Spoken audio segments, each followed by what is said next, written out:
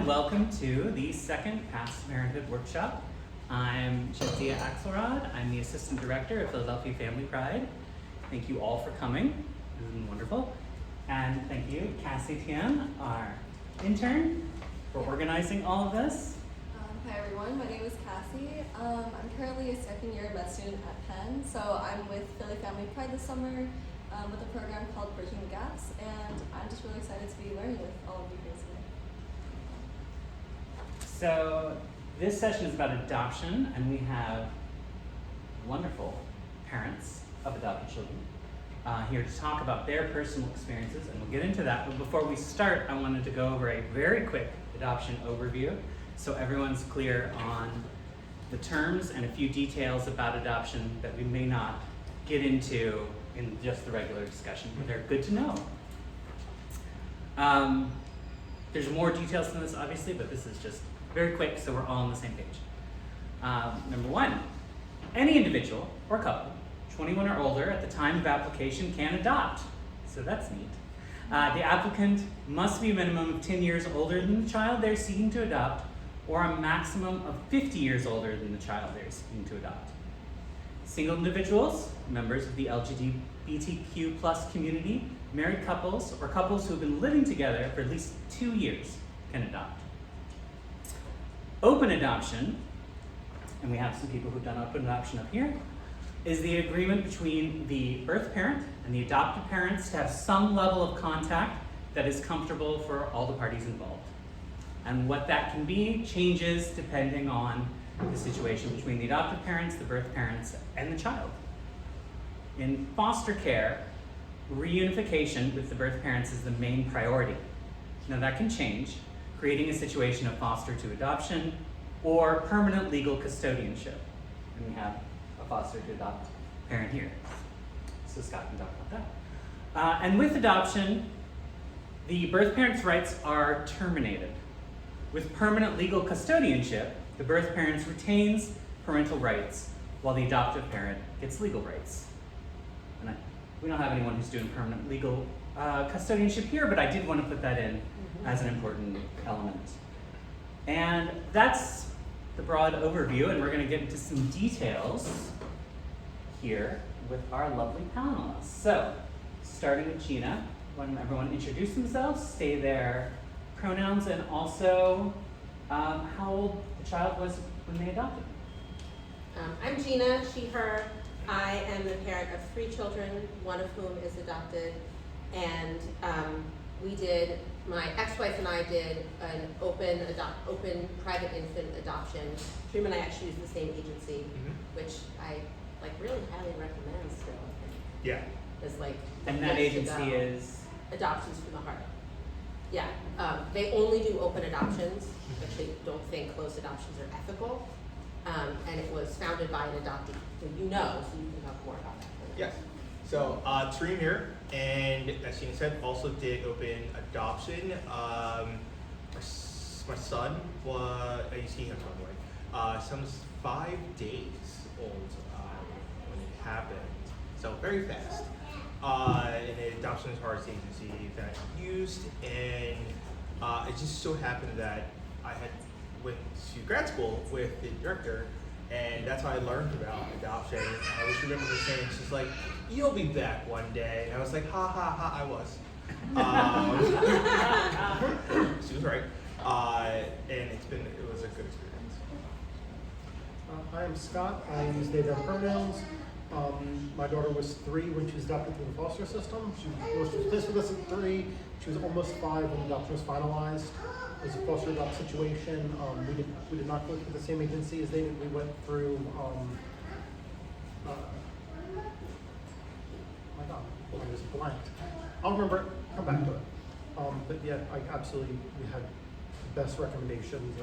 They're fantastic, and we totally recommend the whole process. Fantastic.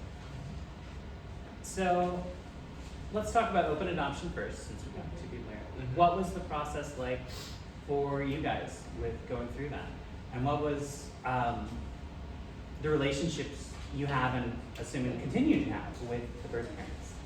So I'll answer that, but I want to back up for just a minute because Absolutely. I think there are a couple cool things to know about the adoptions from the heart process or open adoption in general. So of course there's all sorts of like race and class and equity stuff going on in adoption that's very complicated. One of the things that's pretty cool about adoptions from the heart is that you prepare a like 10-page pamphlet basically advertising yourselves as parents. And you say, here are the things we'll accept in terms of what drugs the pregnant person might have been using, and how much of them, and in what trimesters, what kinds of mental health histories, so you sort of outline the limits of what you think you want to handle. And then anytime a pregnant person comes to the organization saying they're looking to consider adoption, they hand the parent, the potential parent, the pregnant person, all of the profiles that match, and then they go through them and they pick the people they want. And once they pick you, you don't get to say no. If you say no, you lose all your money. That's it. But if they pick you and then they change their mind for some reason, you're back in, you don't lose any money, and you keep going through the process. So like it's sort of like in a way open adoption before you actually even get to be part of it. Yeah, that's a good place to start, Gina. You learn so much through the process. First, when someone hands you like medical stuff, you're like, I don't know what this stuff means. They'll actually work and talk to you through it. And the stuff they may not know 100% sure, they have resources to connect you to people. So at the time, I was actually working at one of the medical schools, so I just went to one of the doctors and asked these questions. But I say that to say that really try to utilize your resources with this, because it's really important, because there's a lot of information that does come at you and that you may not understand. Don't pretend you understand, just say you don't understand. And someone will talk to you about it. But also even thinking about open adoption, to your point, what are you open to and how much can you care? We want to be parents, we want a small person in our lives, but we all have our limits too, and just really knowing how much you can do and being honest with yourself as well is really, really important in that process, because you may think that you can do it, but there are just so many extenuating factors related to drugs, medical histories, even in race. One thing came up that the person's like, yes, we're going to do it, and it was a white family, and when they adopted a black child, but we live in the middle of upstate New York, and there's not a lot of people like the child. There's like some things you should think about, why that relationship that the child's going to have with the world. Again, it's not a perfect science to it, but it's even just generally having those conversations. I want to add on the transracial adoption front also. That's what it's called. They added the year we were adopting for the first time in extra class. You actually had to pass, and they didn't pass everybody. Thank goodness. But you had to pass the class to be allowed to adopt transracially. And I would say it was still a pretty low standard, and that if you are considering the possibility of adopting transracially, and you don't already live in a multiracial community, and you don't have friends of the races you're adopting, please don't. Like, it's not a thing to learn later. And I think I'm in many groups with adoptive parents who are discovering that they were not prepared, and the kid's already there, and so I don't think I can say that strongly enough. Like, Yeah, that wasn't just created just for like, oh, we should do this thing. It's like, no, for previous experiences of seeing that it just didn't work out. yeah. So on the open parents part, do you want to talk about the relationship with the birth parent? Before we go into Okay. that, though, we'll save that because you have a transracial child. Yes. Do you want to speak? Me too. Yeah. Do you want to? Since we've opened that door, let's speak a little bit about the specific challenges of that, because that is a possibility. The agency that we went through, which I remember the name is Tabor Children's Services, by the way, and they're fantastic. I highly recommend them. Could you say that name again? Tabor Children's Services. Tabor. Okay. They're fantastic. They're just amazing people. They also had a similar class. We had a ton of classes that we had to go through about like what it's like to adopt, what kind of traumas a kid through the foster system is going through, special things you need to keep in mind if you're adopting if you're doing a transracial adoption, because there's just things that you're not going to understand. At the risk of sounding weird, there was a very steep learning curve on hair. Very steep.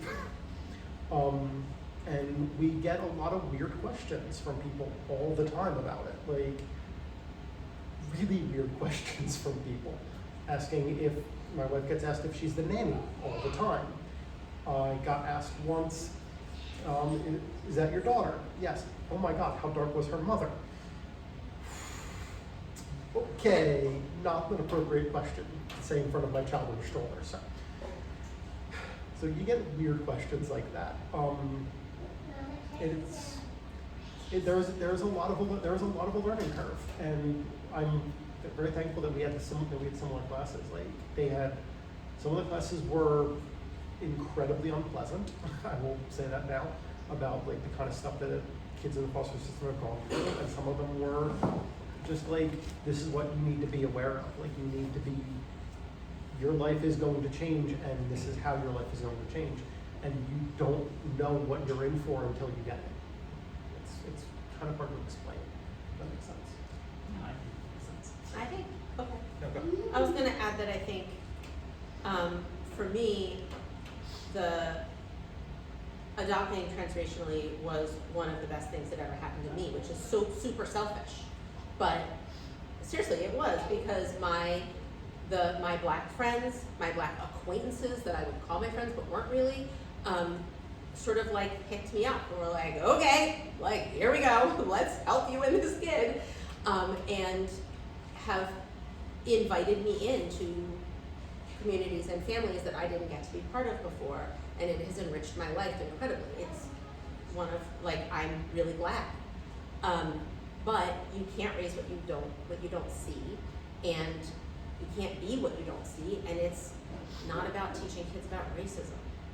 It's about teaching kids to be proud of themselves and have strong feelings about how okay and great they are. And it's hard to do that for a black girl as a white mom. Like, there are ways in which I will always fail her no matter how hard I try. And understanding that, like, I mean, I think all parents fail their kids. Like, it's just a crapshoot all the time. But it's like an extra crapshoot that I think means you have to work a whole lot harder. It's worth it, but We've had a very similar experience where a lot of friends and coworkers have just been like, no, we're going to help you, and just like, I've decided that I'm your kid's auntie now, and it's been really great. Like, and best friends that I've had since high school have been like, let me help you, let me help you with this, and it's been really wonderful, the sense of community. But also, we do get a lot of weird looks, like on the bus sometimes. And I've noticed weird looks on the bus tend to come from older white people, and younger black men have this like, should you really be raising that child kind of look? I don't really understand why. On my end, my husband is white and our child is biracial, and on the account of hair, doesn't have hair like either of us. And so we're like, oh, you thought you had all the options covered. It's like, oh, you don't have hair either. My sister's awesome though, so she really helps out. So I'll figure this out for you. But It does take a village. That's what I was gonna Yeah. lead to. It does take a village. Interest in YouTube are your friends when it comes to learning how to do hair, by the way. You will learn a lot from interest in YouTube. And I think my earlier point, like, if you don't know, just ask. Yeah. And organizations like Philadelphia Family Pride is always a good place to start. So, going back to open adoption, which you both do have, what is your relationship to the birth parents? I can start with that. So, the way our adoption agency work is that they ask, like, how many visits a year would you like to do? And they usually facilitate one to like make the ease, and then if you want more, if the person wants more or less. Unfortunately, ours did not fully go through, and that's okay, and it's brought up questions. However, it's always, and the probably are always in dialogue with each other all the time, because we always will continue to get questions as they continue to find out who they are, and everyone kind of wants to know a little more of their background. But in regard to that, we don't really have much. Ours started out, so the agency told us that if you say you're willing to do 3 visits a year as opposed to 2, Yeah. you knock out more than 50% of the competition in terms of adoptive parents. And we were like, deal. 3's great. And my child's birth parents wouldn't meet us until we signed the visitation agreement. It was so important to them. And then, so in every state around here, like if you work with Adoptions from the Heart, your baby might be born in Pennsylvania, but they might also be born in New Jersey or New York or Connecticut or Delaware. West Virginia. Or West Virginia, which I Which think is is the wild. worst one because it's like. The rules are so weird. Each state has different rules. So, and in each state, there's a certain amount of time after the baby's born where the parents have the rights to change their mind. And then after a certain number of days, that right goes away. In Pennsylvania, I think it's 15. It's like 30. Maybe it's 30. Yeah. Whatever it was a long time. Yeah, PA's 30, and I think Jersey was like 48 or 72. It's like real fast. 48 should do hours. Yeah, Hours, there's right. hours. There's was like boom, that's it. There's- And so you are caring for this baby for that time, knowing that the birth parents could change their minds at any moment, and also knowing that it's possible that the best thing in the world for the baby would be that the parents would change their minds and be able to take care of the baby. Like, whoo, very hard. And then once they change their minds, there's also like another process to terminate, and then you get to adopt. So it's sort of like a 6 to 12 month process. But as soon as those 15 or 30 days were up, I was like, we want to meet. Like, let's meet with birth parents. And we were having a lot of trouble working through the agency for some reason. And finally I was like, could you just give them my cell phone?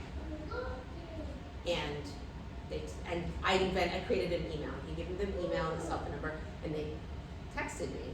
And we went out that weekend to the Poconos, and they held her. I have all these pictures of them, like, and then we started spending time with them a lot. And I would say that has faded over time. I think there are a lot of reasons people responsibly choose to place their children with other people because they are not going to be in a position to parent stably that make it hard to maintain a relationship. So my child knows her birth parents, she misses them a lot, she calls them mommy and daddy, we encourage that. She calls them mommy and daddy in their first names, and she hasn't seen her dad in like 3 years, she hasn't seen her mom in like 6 months. But she does we do communicate with her mom, her dad not so much. But they ended up living down the street from us for a while, they were over for Sunday dinner every night for a year, like, there's been a long relationship, and I think I know so much more about her because of that, and it was risky, it was scary to be like, here's our cell phone number and our names, and you can look us up, and you could come to our house. Then my child had a medical emergency, and I was able to text the parents and say, hey, is there a history of this in your family? And they answered right away. And we're like, yeah, there's a history of this, and Dad's family that like helped us know that everything was gonna be okay, and like, I was like, this was worth it, this was worth every penny, every trip, everything. Ooh, sorry. One thing about the medical history, again, as I said, each state is different, and you may not get a full history from both parents. For example, I believe Jersey is that the mother can go through without telling the birth father, and so you can like not have that history. And I forget West Virginia is another weird one as well. But it's safe to say that you may not have it. Yeah, you may never get it. And they may tell you won't have it, and then all of a sudden you have everything about this human's Correct. life in a file that you should never have had, and they've given it to you. And you're like, well, I guess my kid would like this someday, but it feels like I'm just not gonna read it. Like, Right. But I gotta keep it. yep. So Scott, can you speak a little about the foster to adopt situation? And I will get back to something you said in a second. So we adopted through the foster system, which it's a long, very invasive process. They ask you a million incredibly personal questions. And you have to wait and wait and wait, and then more personal questions, wait, more personal questions. And once you get approved, someone comes to your house once a month to check and make sure your toilet's flush, because they want to make sure you have running water and heat and all that stuff. So they come to your house once a month to make sure that you're paying your bills and you've got all your utilities going. But our placement was a little out of the ordinary. We had an emergency placement. In most cases, you get to meet the kid and spend a day with them before you go. Yeah, I would like this kid, or no. With us, well, let me backtrack for a second. One of the questions that I get asked a lot is, how do you know like what kind of kid you're going to get if you go through the foster system? And this is going to sound really weird, but part of the questionnaire is, what kind of kid would you like? What kind of kid do you think you can handle? Mm-hmm. So they ask you questions about what would you like a kid of your own race or a different race, or does it matter? Would you like a boy or a girl? What age groups? What disabilities or medical issues are you equipped to handle? So what we said was we would like a boy under 3. Beyond that, we don't care. Don't care if he looks like us. Don't care if he has medical issues. But we do have a house that has multiple stories and there's no bedroom on the main floor. So maybe a kid in a wheelchair is not the best fit for us. But if he has a brother or sister, we will absolutely take them too. We don't want to split up siblings if we can avoid it. We get a call. We'd had a couple of failed placements, which are absolutely heartbreaking. It's not to draw too uncomfortable for comparison, but is absolutely the adoption equivalent of a miscarriage. It's heartbreaking because you plan on this and you're set to go, and all of a sudden, no, it's not happening. So that's kind of what ended up happening in our case, where we get a phone call. Actually, my wife gets a phone call, and she goes, we found a little boy. He's 18 months old. He's a 3-year-old sister. We'll take them both. I should call my husband and check. And calls me. I'm like, absolutely, yes. Call them right back. Absolutely, we'll take them both. And this was on a Tuesday, and we were told that they were going to be in our house by Friday, which is not how it normally goes. It was very, very fast. And then Friday, they're like, there's been a hiccup. They'll be in your house Monday. Monday comes along. Okay, the hiccup's a little bigger than we thought. We're not getting. We can't place the boy with you. Would you still like the girl? We're like, absolutely, yes, absolutely. And she was in our house that day, and immediately I was like, this is my daughter. I know this is not for, like, everybody's story is different. Some people it takes a minute to warm up. Some people it doesn't. We immediately this is my child. I love this child forever. Like, the second I laid eyes on her. She was 3. She was very small, very, very small for her age, because she's got some medical issues. She's 3 years old, wearing size 18-month clothes. She was a very little kid. She's still very little. She's 11 and wears like size 8s. Like, she's still a little kid. And then they told us that she had some medical issues, but she had some medical issues at birth, but they were fine now. That was not the case. Never to believe. We took her to the doctor because she had an earache. Turned out she had a double ear infection and had gone to MRSA. Yeah, and she had a genetic disorder called Noonan syndrome that most people have never even heard of. And once you find out that your kid has this, you become an expert really, really fast, because your doctors have probably never heard of it either. If anybody wants to talk about that later, I'll discuss that later. It's a whole big thing. And then it took almost 2 years between placement to finalization. One of the other things that they ask you is about, would you like an open adoption? And how much contact would you like, and things like that. We said we would be fine with it. Turns out the birth mother is not allowed to have contact with her. And neither is the previous foster family that she was with, because that was actually the emergency placement, is that she'd already left the birth mother, was with a foster family. There was emergency placement from them that she came to us. One of the things that they asked though is, are you interested in fostering, or is your goal adoption? If your goal is adoption, you can specifically say, I only want to be considered for kids whose parental rights have already been terminated.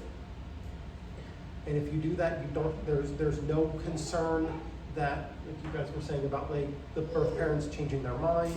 And while yes, the primary goal of foster is to get the kids back with, it's get them back with their birth parents.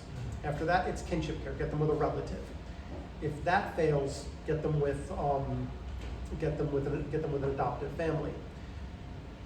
That was us. Her parental rights had already been terminated. Kinship care didn't pan out. That was the previous family, and she's been with us ever since. And she's amazing, and I adore her. And she has 7 pains in my ass. I named all of my ulcers after her. But she's amazing, and I absolutely adore that child. So let's talk a little bit. Who is here for the workshop on financial planning? Yeah, you guys. So let's talk about money for a bit. What were the costs involved in your adoption? It's not the cheapest process. I would be lying if I say, oh, yes, easy.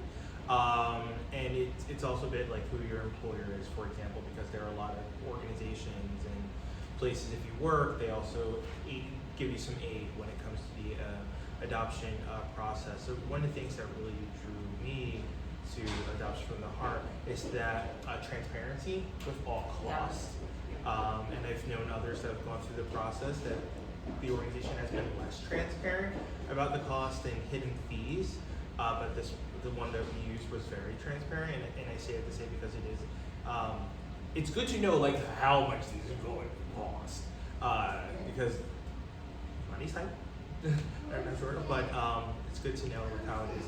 But also when it comes to like cost, one of the things that the process they go through is going through your own finances too. Especially when you're going through your finances with if you're with someone else and you're like, we got that money, or we don't got money, we're spending on that money. So that was like actually a really good process for us of like really better understanding like our finances. But should I throw out a number? Yes, throw out a number. Okay. I'm hoping you remember. All right. Honestly, I'm waiting for you to tell what number we spent. Ballpark. You don't have to get exact. Okay, no, thank you. I just want to give people an idea of what to expect. I think it was 30. I was going to say 26 to 30,000. Oh, 30,000. Yeah. Sorry, yes. Yeah, 26 to 30,000. And I would say if you, like Adoptions from the Heart will tell you the entire price. And they'll tell you the schedule. And I would also say, Oh, right. you don't pay it all at once. You pay it in portions over the course of the 6 months or so. You like go to classes and you make your portfolio and all of that stuff.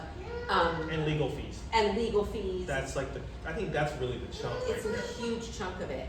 Legal fees and the social workers. And one of the things that really hit me is that one of the social workers said, you're paying this $26,000 to $30,000 not because it costs that much for us to serve one pregnant person, but because only a tiny fraction of the pregnant people who come to us choose adoption. And we serve all of them with no pressure on whether they're going to choose adoption or choose the parent or choose something else. And I was like, great, like that's where I will remember, right? So, yeah, my ex-wife is a poker player, and there were 4 times where we were like, oh, another thing is due, and she was like, you put our kid to bed, and I'm going to the casino because there's a poker tournament, and I will come back with the money. Did you guys Does that work? It did. Amazing. With my ex-wife, it did. Yeah, she always comes in the top 3 That's in any incredible. poker tournament. Yes. Was really excellent. Did you guys go through any of the grant programs that are available? No. There are, if that money is more than you can swing, there are grant programs that are available. That was one of the things that was floated when before we decided on foster. We looked into, there are grant programs. There's all kinds of funding out there. If you look for it on the internet, you can find it. It's a huge help. One thing I would just say about that is that all is very important, and when you're thinking about your child in the future, there's a huge backlash from adult adoptees about their adoptive parents publicly fundraising to adopt them. So when you think about the digital footprint you're creating, you just consider carefully whether you think your kid is going to be excited to read that about themselves later. The GoFundMe stuff.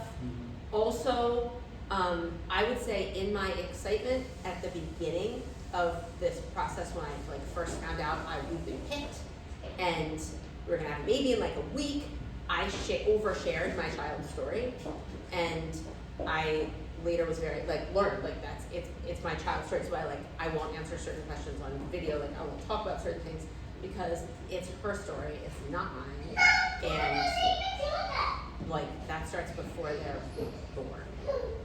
Right.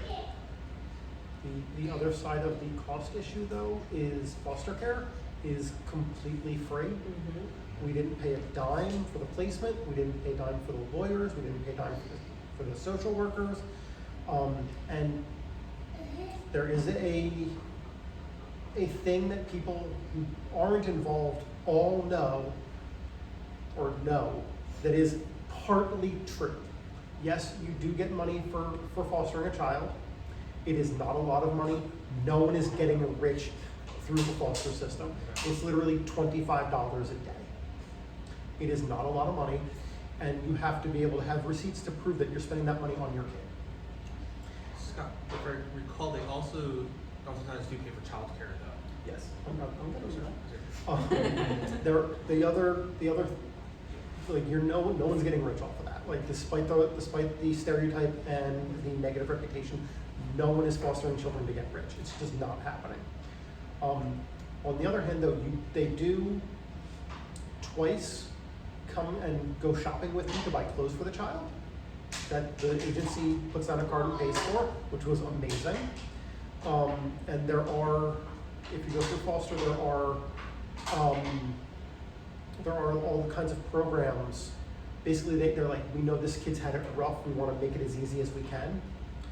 So there is subsidized summer camps. There's subsidized after school programs. There's subsidized childcare programs. We probably won't have to pay for her to go to college, because at the time when we adopted, it was any state school in Pennsylvania she got a free ride to, and I think it's expanded to more than that now. Wow. So basically they're like, we know you've had it rough. Let's try to make it as easy for you going forward. That's really cool. So, like I said, no one's getting rich on it, but yeah, you don't have to pay a dime out of your pocket. We didn't have to pay for our lawyers. We didn't have to pay for her lawyers. That's the other weird thing about foster is, and I hate saying it like this, but it's the closest comparison. It's like buying a house. You've got your realtor, they've got their realtor, and they talk. You have your agency, the kid has their agency that they're coming from. We went through Tabor Children's Services. She came through the net, and they're the ones who talk.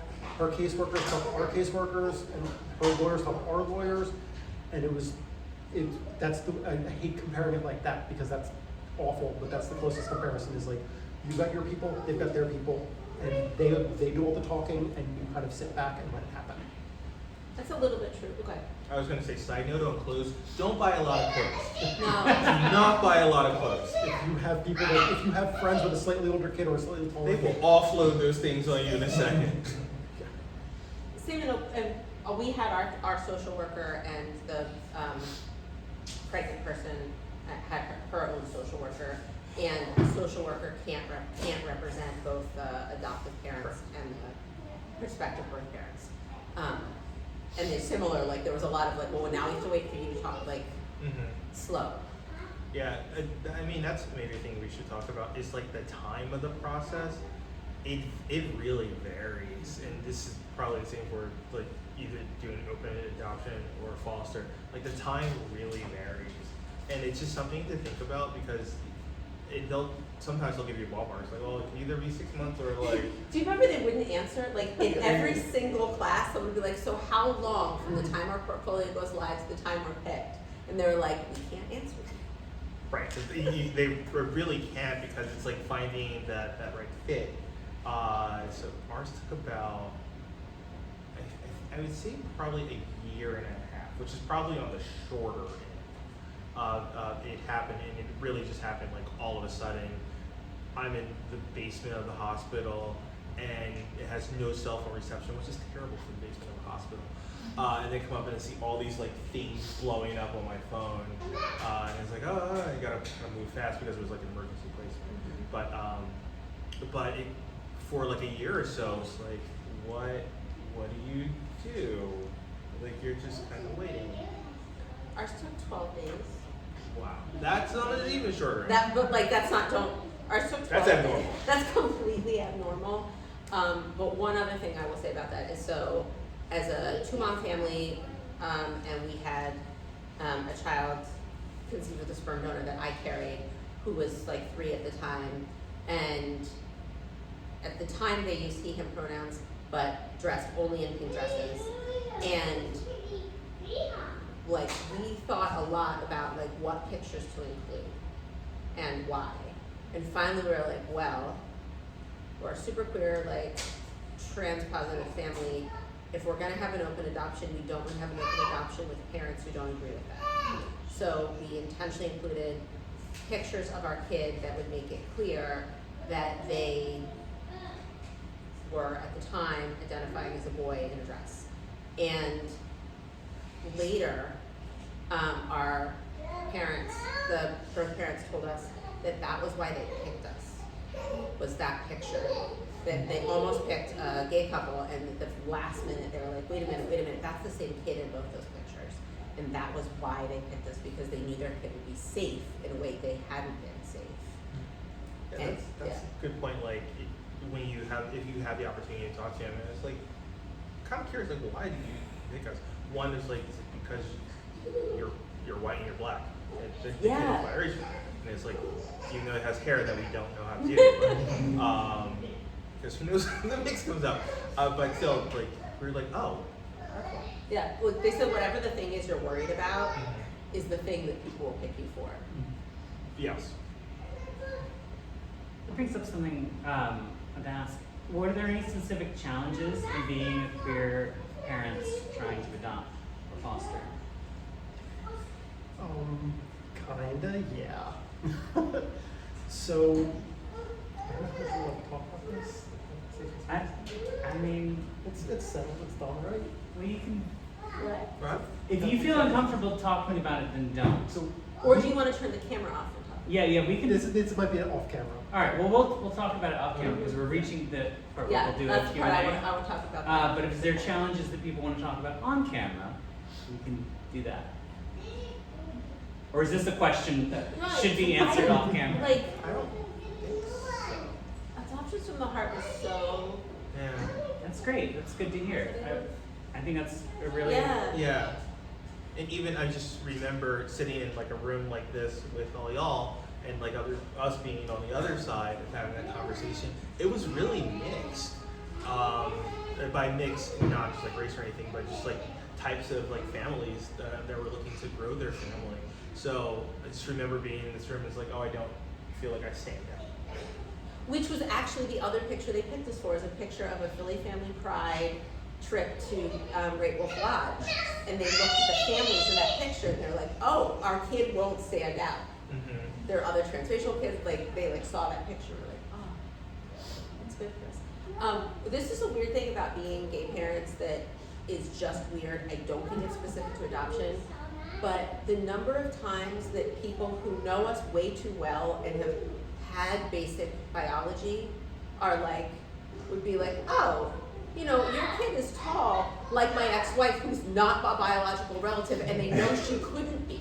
Right. We get that all the time too. Right? Like all the time.